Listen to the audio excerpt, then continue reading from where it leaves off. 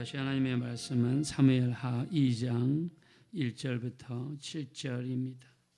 어저께 이제 사울 왕과 그리고 사울 왕의 3명의 아들들이 죽었던 것을 어떤 아말렉 청년이 자기의 공로로 포장해서 거짓으로 다윗에게 접근했습니다.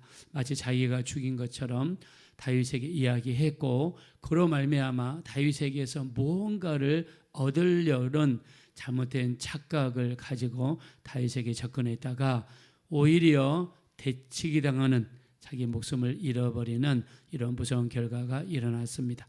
자, 그래서 우리의 신앙생활 속에서도 이런 잘못된 착각이 있을 수 있다라고 이야기하면서 어떤 부자에 대해서 말씀을 드렸고요.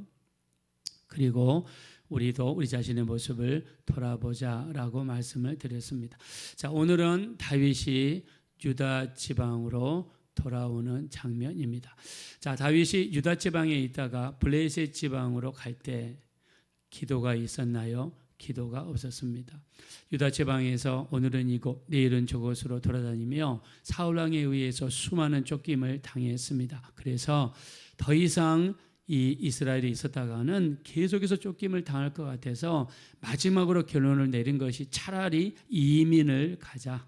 그래서 옆에 나라에 있던 블레셋으로 이민을 가게 되었고, 자, 거기에 있는 가드 왕 아기스에게서 땅을 하사받았는데 그 땅이 바로 시글락이었습니다. 자, 다윗이 유다 지방에서 이스라엘로 갈 때에 기도한 적이 있었습니까? 기도한 적이 없습니다. 하나님의 뜻을 물어본 적이 있었습니까? 물어본 적이 없습니다.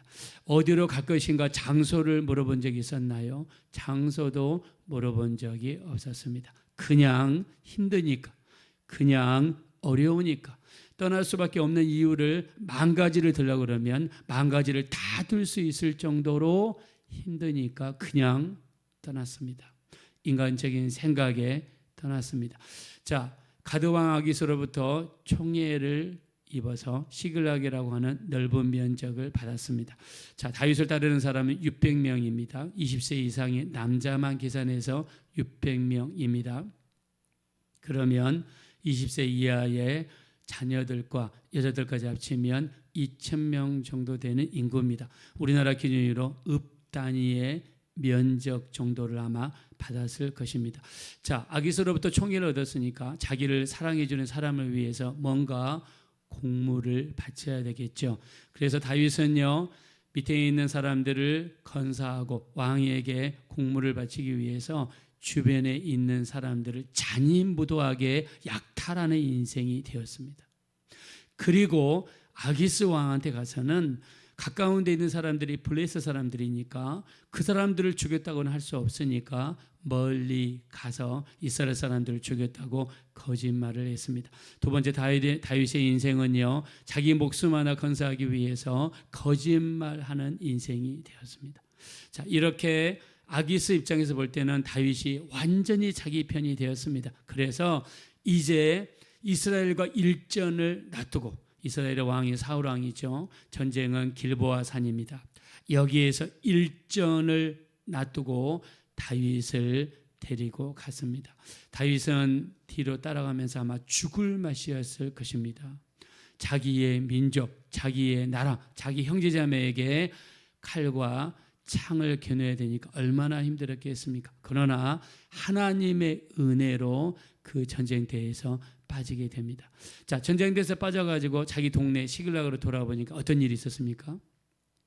동네가 불타고 모든 재산은 약탈당하고 여자들과 어린아이들과 노인들이 다 끌려가는 무서운 일이 발생했어요. 근데 그보다 더 무서운 것은 600명의 부하들이 자기 아내들과 자식들이 없어진 걸 보고 힘이 빠질 때까지 큰 소리로 울다가 나중에 그 600명의 사람들이 돌을 들고 다윗을 죽이려고 했습니다. 아마 다윗은 혼이 빠져나갈 정도로 당황했을 겁니다. 자기를 그렇게 따라주고 자기를 그렇게 믿었던 그 부하들이 돌을 들고 자기를 죽이려고 했을 때, 여러분, 그 공포와 또는 그 배신, 그리고 인생에 있어서 어떤 쓴맛, 얼마나 힘들었겠습니까?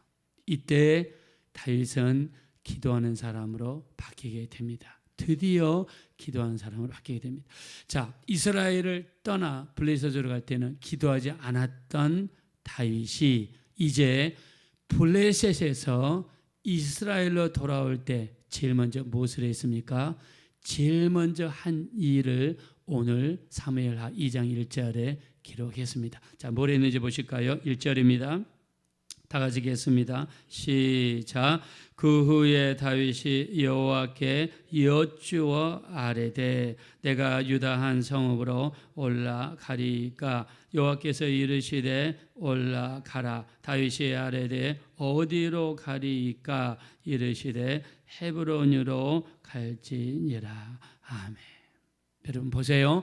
자, 이스라엘에서 블레셋 지방으로 갈 때는 기도한 적이 없어요. 여쭤본 적이 없어요. 어디로 가리까 물어본 적이 없어요. 그 세월이 1년 4개월 동안 다윗으로 하여금 약탈을 하게 하고 거짓말을 하게 하고 그리고 자기 부하들이 자기를 죽이려고 돌을 두고 달라드는 무서운 일들의 연속이었습니다. 기도하지 않고 사는 삶이 얼마나 무섭다는 것을 다윗은 뼈저리게 느꼈습니다. 그리고 기도하지 않고 떠나고 기도하지 않고 움직이는 그 삶이 결국에는 자기 집이 불살라졌습니다. 재산을 약탈당했습니다. 사랑하는 가족을 잃어버리는 이런 무서운 일들이 발생했어요. 다윗은 기도하지 않고 움직이는 인생이 얼마나 무섭다는 것을 1년 4개월 동안 뼈저리게 느낀 사람이에요. 그래서 시글락에서 다시 이스라엘로 돌아올 때는 오늘 1절에 뭐라고 했습니까? 그 후에 이런 일, 여러 가지 다사다난했던 일이 있은 후에 다윗이 여호와께 여쭈기 시작합니다. 하나님께 여쭤보는 거예요. 여러분, 우리가 내 나라로 돌아갈 때, 신앙생활하게 돌아갈 때 물어볼 필요가 있나요? 오히려 이때는 물어볼 필요가 없어요. 하나님의 성전 있는 곳으로 돌아가고 하나님의 백성이 있는 곳으로 돌아가고 내가 이스라엘 곳으로 돌아갈 때는 오히려 기도가 필요 없는 것처럼 보입니다. 그럼에도 불구하고 다윗은 기도합니다. 하나님, 내가 이스라엘 유다 땅으로 다시 돌아가도 되겠습니까? 올라가도 되겠습니까? 자, 성경에서는요, 다른 장소로 돌아갈 때, 올바른 장소로 돌아갈 때 성경이 뭐라고 표현하냐면 올라가다라는 말을 표현합니다. 자, 그러나 믿음의 장소를 떠나고 신앙의 장소를 떠날 때는 성경에서는 내려가다는 말을 표현합니다. 자, 예루살렘에서 여리고로 어떻게 했습니까? 내려가다가 누구를 만났습니까? 강도를 만났어요. 자, 엠마오로 가는 두 제자도 예루살렘에서 엠마오로 내려가다가 어깨가 처지고 마음이 불편하고 하다가 나중에 예수님을 만나서 어떻게 마음을 돌이킨 후에 다시 올라가니라라고 성경은 표현합니다. 자, 그래서 다윗이 올라간다는 의미는 신앙의 회복, 믿음의 회복을 이야기하고 있습니다. 여러분을 축복하겠습니다. 우리가 지금까지 내리막길을 걸어왔을지라도 이번만큼은 기도를 통해서 올라가는 은혜가 일어나게 되시기를 예수 이름으로 축원합니다. 우리는 올라가야 됩니다. 믿음의 장소로 가셔야 되고 기도의 장소로 가셔야 되고 말씀의 장소, 예배의 장소로 돌아가야 될 줄로 믿습니다. 자, 근데 기도가 너무나 신기합니다. 하나님께서는 내가 올라가리까 물어보니까 하나님께서는 올라가라까지만 응답을 주세요. 그 다음에 다윗이 물어봅니다. 어디로 가리까? 라고 물어보니까 그때서야 하나님께서 헤브론으로 갈지니라 라고 구체적으로 말씀하셨습니다. 우리의 기도는요, 뭉뚱거리면서 기도하시면 안 됩니다. 우리의 기도는 구체적으로 기도해야 응답도 구체적으로 온다는 것을 오늘 성경에서 말씀하시는 거예요. 그래서 여러분이 기도할 때 무조건 우리 자녀를 축복해 주시고 잘 되게 이렇게 하시면 안 돼요. 구체적으로 기도하십시오. 이번에 중간고사 시험을 보는데 우리 아이가 90점이 목표입니다. 하나님 긍휼을 베풀어 주시어서 도움을 허락하여 주시고 그로 말미암아 간증하며 하나님께 영광을 돌리게 도와 주옵소서. 이렇게 구체적으로 기도해야 될 줄로 믿습니다. 자, 이때 당시에 다윗은요, 예루살렘으로 갈 수 있습니다. 예루살렘은 종교적인 중심지고 가장 큰 도시이고 그리고 천혜의 요충지이기 때문입니다. 그리고 유다 지파가 살고 있는 동네에 속합니다. 당연히 다윗은 예루살렘으로 정하고 갈 수도 있었습니다. 그러나 예루살렘으로 가면요, 거기는 여부수 사람들이 정복하고 있었고 그 땅만 뺏는 것만 해도 어마어마한 세월을 허송세월 해야 됩니다. 그러면 이스라엘 전체를 통일시키는 일은 물 건너갈 수 있습니다. 그래서 하나님께서 어디로 인도하셨습니까? 헤브론으로 인도하셨습니다. 헤브론은 당시에 유다 지파 사람들이 가장 많이 살고 있는 곳이었고 다윗을 전폭적으로 지지하는 사람들이 많이 살고 있었기 때문에 나중에 통일 이스라엘을 위하여 다윗이 힘을 모으고 직결하기에 가장 좋은 장소가 헤브론이었기 때문입니다. 여기서 우리가 알 수 있습니다. 내 생각은 너희 생각과 다르고 내 길은 너희 길과 달라서 하늘이 땅보다 높은 같이 내 길은 너희 길보다 높으며 내 생각은 너희 생각보다 높으니라 그랬습니다. 그러므로 우리가 기도해야 될 이유가 여기에 있습니다. 내 생각은 이 길인데 하나님의 생각은 저 길이었습니다. 하나님의 생각은 옳고요, 하나님의 길은 우리 길보다 높은 줄로 믿습니다. 그래서 하나님께 기도하고 물어보는 것이 이러한 놀라운 축복을 가져왔습니다. 자, 사울 왕은 죽었습니다. 사울 아들 3명 군인들이죠, 죽었습니다. 이스라엘 전 군대는 다 사라졌습니다. 이제 사울 왕 가족이라든가 이스라엘의 국력은 땅에 떨어질 대로 떨어졌습니다. 힘은 없습니다. 군인도 없습니다. 그리고 정치 경험도 없고 군인 경험도 없는 이스보셋이 다른 사람들에 의해서 반강제적으로 왕위에 올랐습니다. 자, 우리 한번 성경 보겠습니다. 성경 8절과 9절입니다. 8절과 9절 우리 한번 다 같이 읽겠습니다. 시작. 사울의 군사령관 네리의 아들 아브넬이 이미 사울의 아들 이스보셋을 데리고 마하나임으로 건너가 길르앗과 아술과 이스라엘과 에브라임과 베냐민과 온 이스라엘의 왕으로 삼았더라. 우리 10절입니다. 사울의 아들 이스보셋이 이스라엘의 왕이 될 때에 나이가 40세이며 2해 동안 왕위에 있으니라. 유다 족속은 다윗을 따르니. 자, 여기 사울 왕이 죽은 다음에 나라를 세운 데가 어디냐면 마하나임입니다. 마하나임은 어디냐면 이스라엘 본토를 떠나 요단강을 건너 동쪽으로 가야만 있는 땅이 마하나임이에요. 이 말은 무슨 말입니까? 이스라엘 왕이 이스라엘 수도를 떠났다는 뜻이에요. 그냥 다윗이 눈 그냥 감고 무혈 입성할 수 있는 그런 땅이라는 뜻이에요. 근데 다윗은 그렇게 하지 않습니다.